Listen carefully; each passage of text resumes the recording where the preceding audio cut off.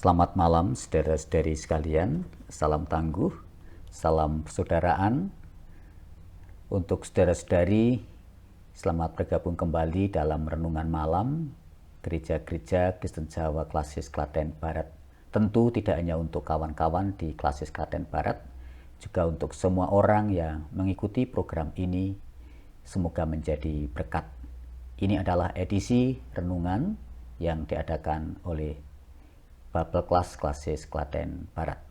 Saudara-saudari yang terkasih, pada malam ini kita mengambil tema kok seenaknya sendiri dengan melandaskan pada kitab Hakim-Hakim 17 ayat 1 sampai yang ke-6. Sebelum kita menghayati sabda Tuhan lebih lanjut, marilah kita memohon hikmat di dalam doa. Marilah kita menyatu di dalam doa. Bapa sumber segala inspirasi dan sumber hikmat, nyatakanlah kemurahan-Mu dalam kami menghayati sabda Allah. Kiranya Roh Kudus membimbing kami dan memampukan kami menangkap hikmat-Mu dan membagi hikmat-Mu menjadi berkat untuk banyak orang. Kami memohon di dalam nama Tuhan Yesus Kristus. Amin. Hakim-Hakim 17 ayat 1-6 dinyatakan sabda demikian.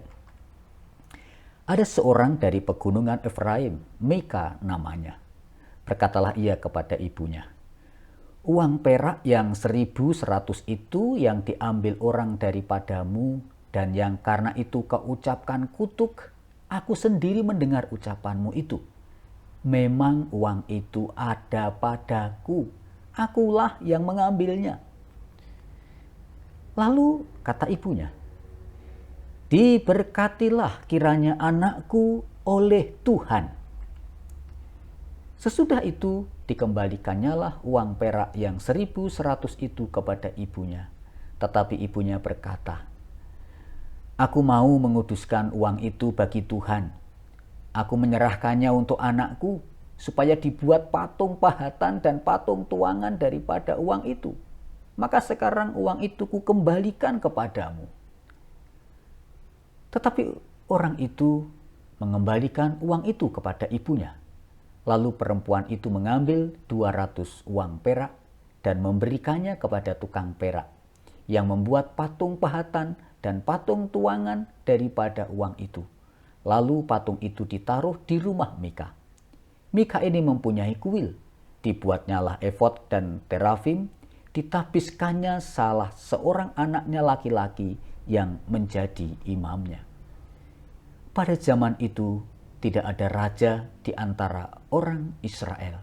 Setiap orang berbuat apa yang benar menurut pandangannya sendiri. Demikianlah pembacaan sabda Tuhan. Saudara-saudari, menarik kalau kita memperhatikan realita kehidupan ini. Banyak orang mempunyai pendiriannya masing-masing, mempunyai pendapat masing-masing. Tetapi itu bukan berarti bahwa dia berhak menganggap pendapatnya itu menjadi kebenaran atau mendirikan kebenaran dari pendiriannya sendiri itu. Nah, kitab Hakim-Hakim memberikan gambaran yang semacam itu. Orang menetapkan pendapatnya, penemunya, aturannya sendiri, seenaknya sendiri. Dan dari kisah di dalam Hakim-Hakim 17 kita melihat beberapa hal tentang kemurtadan umat, tentang rendahnya standar moral yang ada pada umat, juga upacara-upacara keagamaan yang sesat. Seperti tadi kita melihat mempersembahkan kurban pakai uang curian, dikorupsi lagi, lalu uang itu digunakan untuk membuat patung, tambah berdosa lagi.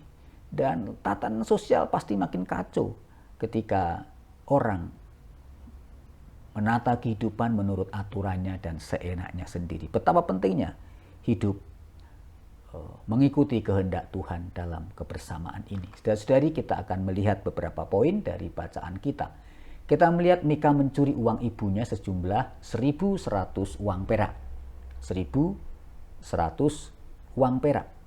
Nah, uang itu kemudian dikembalikan kepada ibunya. Dia menyadari akan kebersalahannya itu. Tetapi perilaku yang mencuri uang, ibunya justru memberkati dia. Ya, ibunya memberkati dia.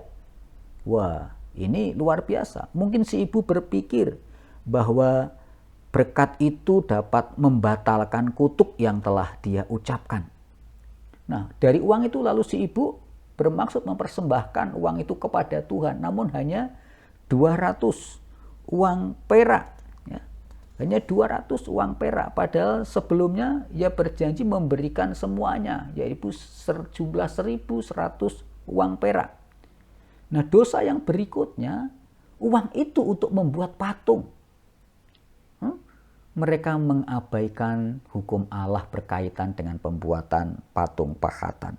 Mereka melupakan pengalaman Israel yang tragis berkaitan dengan patung lembu emas di Gunung Sinai. Tidak hanya itu, saudara-saudara. Dosa berikutnya apa? Mika mengangkat seorang Lewi untuk menjadi imam di kuil yang ia buat. Tampaknya ia ingin melegitimasi perbuatannya.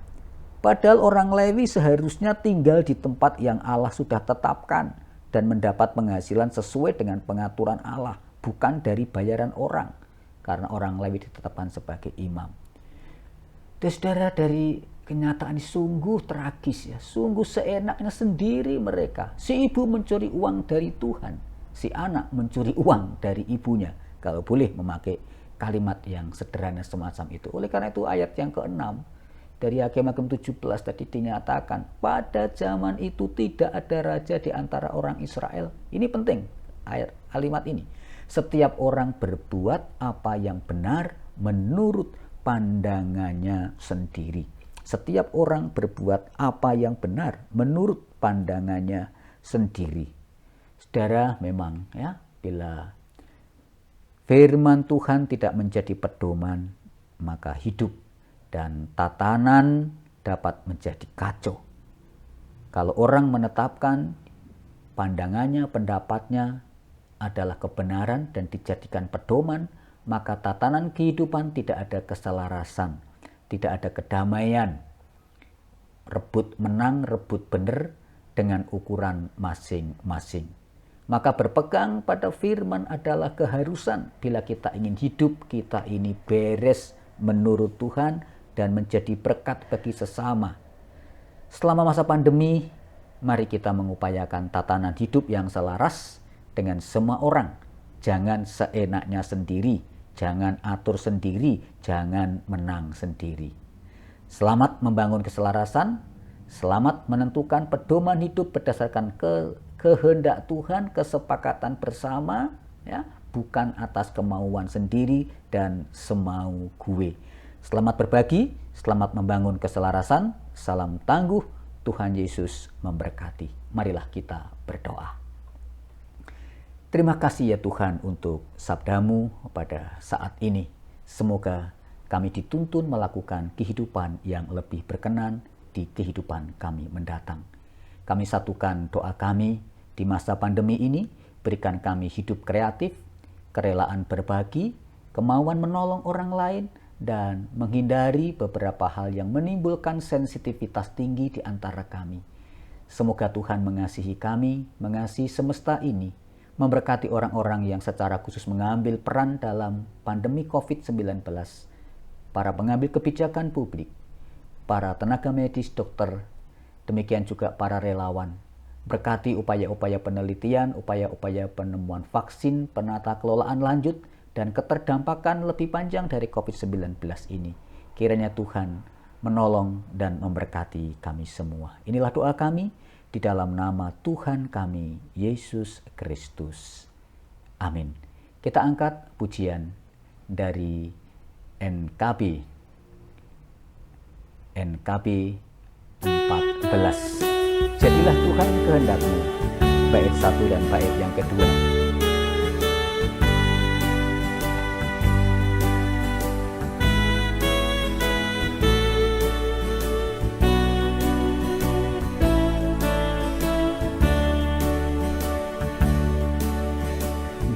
Jadilah Tuhan